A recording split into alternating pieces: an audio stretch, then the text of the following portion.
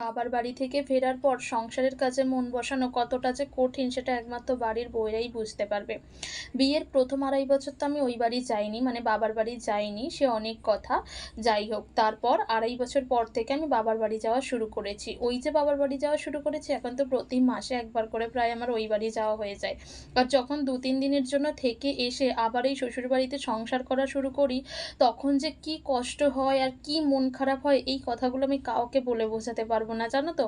আমার মনে হয় সেই মুহূর্তে আমার এই কথাগুলো বোঝার মতো ক্ষমতা কারো নেই, শুধুমাত্র নিজের মা ছাড়া। এরকমটা মনে হয়। মানে সেই যেন মনটা সারাক্ষণ মায়ের দিকে পড়ে থাকে। সবসময় মনে হয় যেন ওই বাড়িতে চলে যাই, মায়ের কাছে যাই।